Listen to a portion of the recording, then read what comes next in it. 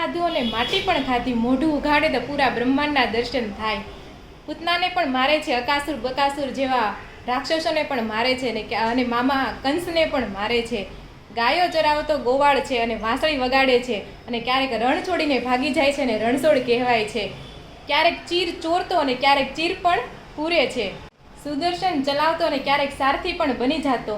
મહાભારતના મધદરીએ ગીતાનું જ્ઞાન પણ ખોલે છે. જન્મ્યો જેલમાં અને દેહ છોડ્યો જંગલમાં. નરસિંહ થયો, વામન થયો, રામ અને શ્યામ પણ થયો અને બધા અવતારે બધા ભક્તોની પ્રાર્થના પણ સ્વીકારી. તો આવા છે આપણા કંઈક કાનુડા કૃષ્ણ ભગવાન, જેણે બાળ લીલાઓ કરી છે, મહાભારતમાં ગીતાનું જ્ઞાન પણ ખોલ્યું છે અને અર્જુનનો સારથી પણ બન્યા છે, રણછોડ પણ કહેવાયા છે અને માખણ ચોર પણ કહેવાયા છે.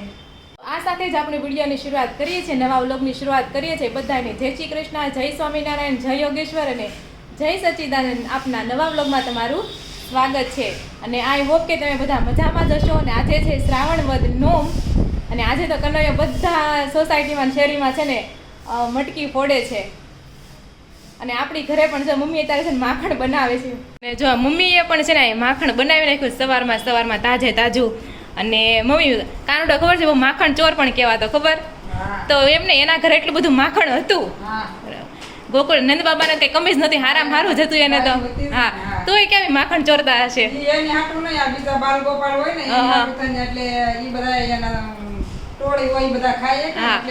કારણ કે એવું હતું કે ગોકુળમાં એવું હતું કે જે પણ માખણ થાય ને એ મામા કંસને કર રૂપે આપવાનું એમ બાર. એટલે પોતાના છોકરાઓને કઈ ખવડાવી ન એકતા માખણ. એટલે ભગવાનને શું કે બધા છોકરા માખણ ખાય કે બાલ ગોપાલ બધા માખણ ખાય કે, એટલે એને પછી એ તો કઈ બીતા નહીં, ભગવાન કૃષ્ણ લીલા કરવા જાય હતા. હા, એટલે એવું બધું છે, એટલે માખણ ચોર પણ કહેવાના. અને આજે છે ને અમારા કાનુડા એટલે કે ઋષિવના લાડવા લઈને જવાના છે. કારણ સાંજે તો બહુ વરસાદ આવ્યો હતો. ચાલો મમ્મીને પૂછે, આપણે બહુ ખ્યાલ નથી પણ મમ્મી સવાર ઉઠીને કહેતા હતા. પૂછ્યું મમ્મી કેવો વરસાદ હતો સાંજે? ક્યાં ગયા? કેવો વરસાદ હતો સાંજે? હા, રાતે 12 વાગે હું જાગતી હતી, બહુ આવ્યો સારો એટલો હતો. અને રાતે હતો, રાતે પવન એટલો આમ વાવાઝોડા અમુક જન ઝાડવા હોય તો પડી જાય.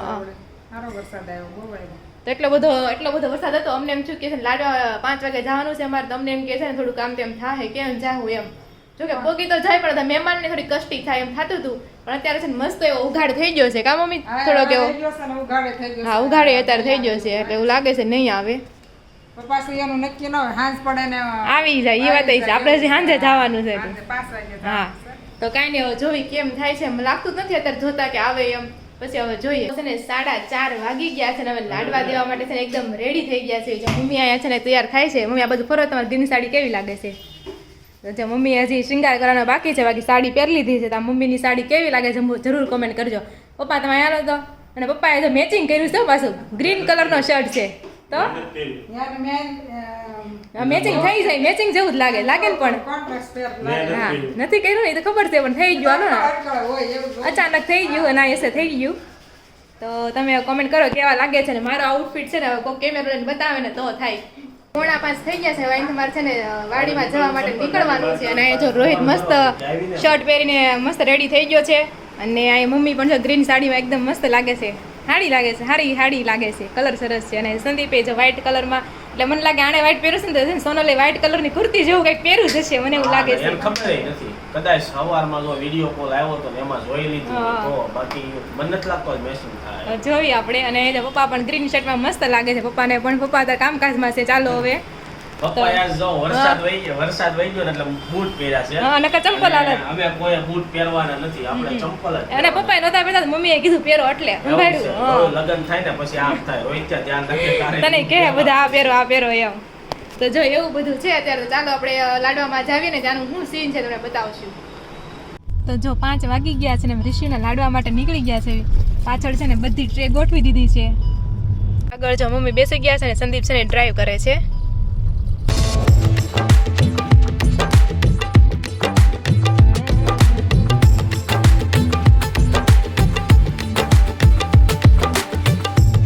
જો વાડીમાં પહોંચી ગયા છે ને બધા જો સાપ મૂકી દીધી છે. અને બધા આવે છે ને જય શ્રી કૃષ્ણ અને સીતારામને કહે છે. અહીંયા જો પરિતા, સંજુ, હેમાલી અને જીનલ, હેમાલી બધા જો બધી બહેનો બધા આવી ગયા છે.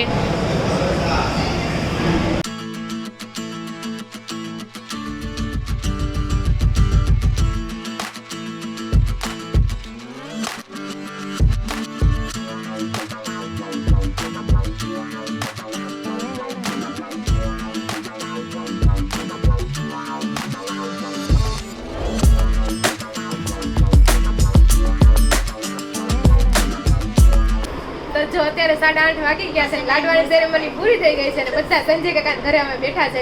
તો જો અહીંયા રાજુ કાકા બેઠા છે. જય શ્રી કૃષ્ણ. રાજુ કાકાને મજા નથી. એવું શું છે રાજુ કાકા તમને? અરે ડેન્ગ્યુ થઈ ગયો છે.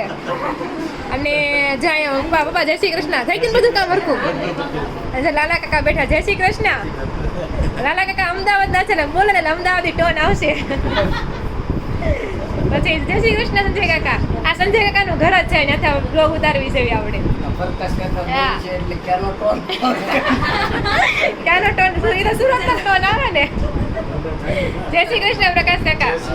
નાને તો ઓળખો જ છો, અને આને તમે ઓળખવાના છો ધીમે ધીમે, પણ રોજે બ્લોગ બનાવે ને તો હમણાં કેમ 2 દિવસ નથી મૂકતો સાહેબ તું. જો આવું છે સાહિલભાઈ બોલો છે, નવા યુટ્યુબર છે હમણાં. એની કેવી ચેનલ નામ છે? સાહિલ તળાવિયા નામની યુટ્યુબ ચેનલ છે. તમે જાજો અને જરૂર વિઝિટ કરજો. અને અહીં જો બધા કાકીને લોકો બેસી ગયા છે. જય શ્રી કૃષ્ણ કાકી. આ છે દયા કાકી ને એને 2 છોકરીઓ પરિતા અને સંજુ.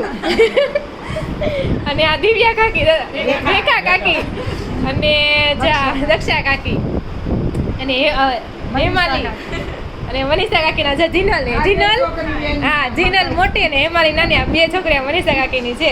ને ભાવનાબેન ને તો ઓળખો છો તમે, આ બધા કરતા મોટા જેઠાણી. તો હજી મોટા જેઠાણી છે અમદાવાદ છે.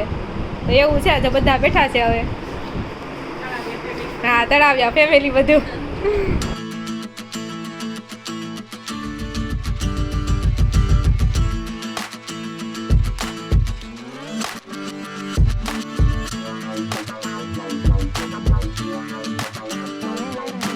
લાડવા દઈને વૈયા છે, મસ્ત બધું સરસ કામ થઈ ગયું છે. અને અત્યારે થયા છે 9:45 ને ચાલો થોડી કોમેન્ટ જ લઈ લઉં ને પછી વિડીયોને આપણે એન્ડ કરી દેવીએ. તો ગંગાબેન ખૂટ કહે છે હેપી જન્માષ્ટમી. અરુણાબેન મુંગારા કહે છે જય સ્વામિનારાયણ, જય કનૈયા લાલ કી, જય કનૈયા લાલ. પછી કિશન સોલેરા કહે છે અરે વાહ બહુ જ મસ્ત છે, કૃષ્ણ ભગવાનના મસ્ત રેડી કર્યા છે, એમ ખીચડી પણ મસ્ત બનાવી છે. થેન્ક યુ કૃષ્ણાબેન. VM રાવલ કહે છે રાધિકાબેન સરસ રામ ભગવાન અને કૃષ્ણ ભગવાનના જન્મ વિશે સમજાવ્યું. Thank you. VM રાવલની બીજી કોમેન્ટ છે રાધિકા સાબુદાણાની ખીચડી ખાવાનું મન થઈ ગયું, સરસ બનાવી છે. તો થેન્ક યુ. પછી ભારતી સચિન કહે છે ઓમ શાંતિ. ઓમ શાંતિ. ઓમ શાંતિ વાળા આપણે ઉપર માસી હતા ખબર?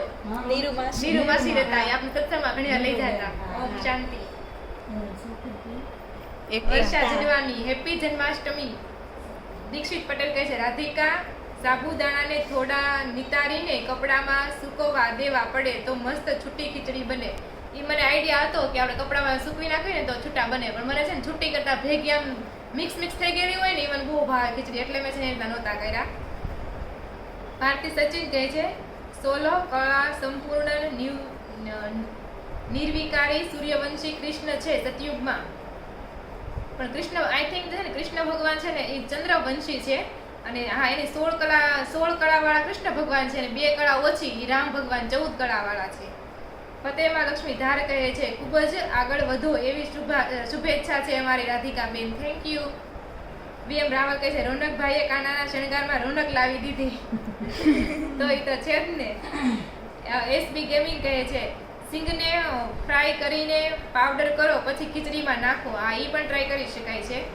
પછી રોનક ચોડવડિયા રોનક જ કોમેન્ટ કરી છે. મેં કીધું ઓલું ગીત નથી આવડતું, આપણે કાનાજી નવડાવી ત્યારે એમ એને આવડે છે એટલે બોલ એમ કે યમુના જળમાં કેસર ગોળી સ્નાન કરાવું શામળા, હળવે હાથે અંગો છોડી લાડ લડાવું શામળા. એવું ગીત આવે. હર્ષા બાબુ કહે છે અમારે અહીં ફરાળી બફવડા સાબુદાણાના વડા સરસ મળે. સાબુદાણાના વડા જેમ જાય બફવડા કોઈ નથી ખાધા આપણે. નામી પહેલી વાર સાંભળ્યું બફવડા એમ. પછી ભારતી સચિનની કોમેન્ટ આવી છે ત્રેતા યુગમાં 2 કળા કમ હતી, રામચંદ્ર ધનુષધારી હોય છે. VM રાવલ હેપી જન્માષ્ટમી રાધિકાબેન. હેપી જન્માષ્ટમી. ફાલ્ગુની કહે છે આજે શ્રાવણનો 4થો સોમવાર છે, લાસ્ટ મંડે 2 સપ્ટેમ્બરે થશે. આ સાચી વાત, અમને એમ કે 3જો છે.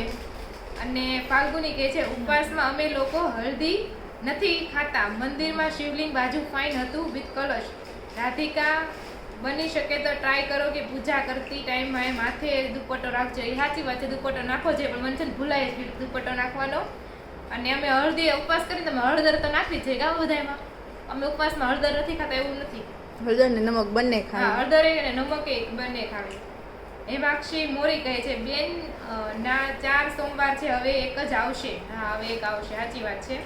ફતેમા લક્ષ્મીધાર કહે છે હાય રાધિકાબેન કેમ છો, માસી કેમ છે? તો માસી પણ મજામાં છે ને હું પણ મજામાં છું. તમે કેમ છો? તમે જરૂરથી કોમેન્ટ કરજો. પછી ફતેમા લક્ષ્મીધાર કહે છે રાધિકાબેન તમે ક્યાં ગામે સાસરે છો? તો હું સિમરણ, સાવરકુંડલા, અમરેલી જિલ્લો. ધર્મેશ ગોસ્વામી કહે છે તમે વાઘા બહુ જ મસ્ત બનાવ્યા છે. તો થેન્ક યુ ધર્મેશભાઈ. દક્ષબેન અલગ્યા કહે છે, દક્ષાબેન આલગ્યા કહે છે સંદીપભાઈની મેરેજના કેટલા વર્ષ થયા?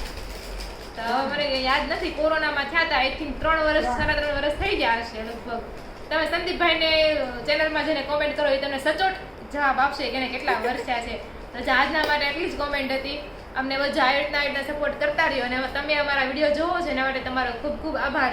ફરી મળશું કાલે નવા વ્લોગ સાથે. ત્યાં સુધી જય શ્રી કૃષ્ણ અને રાધે રાધે.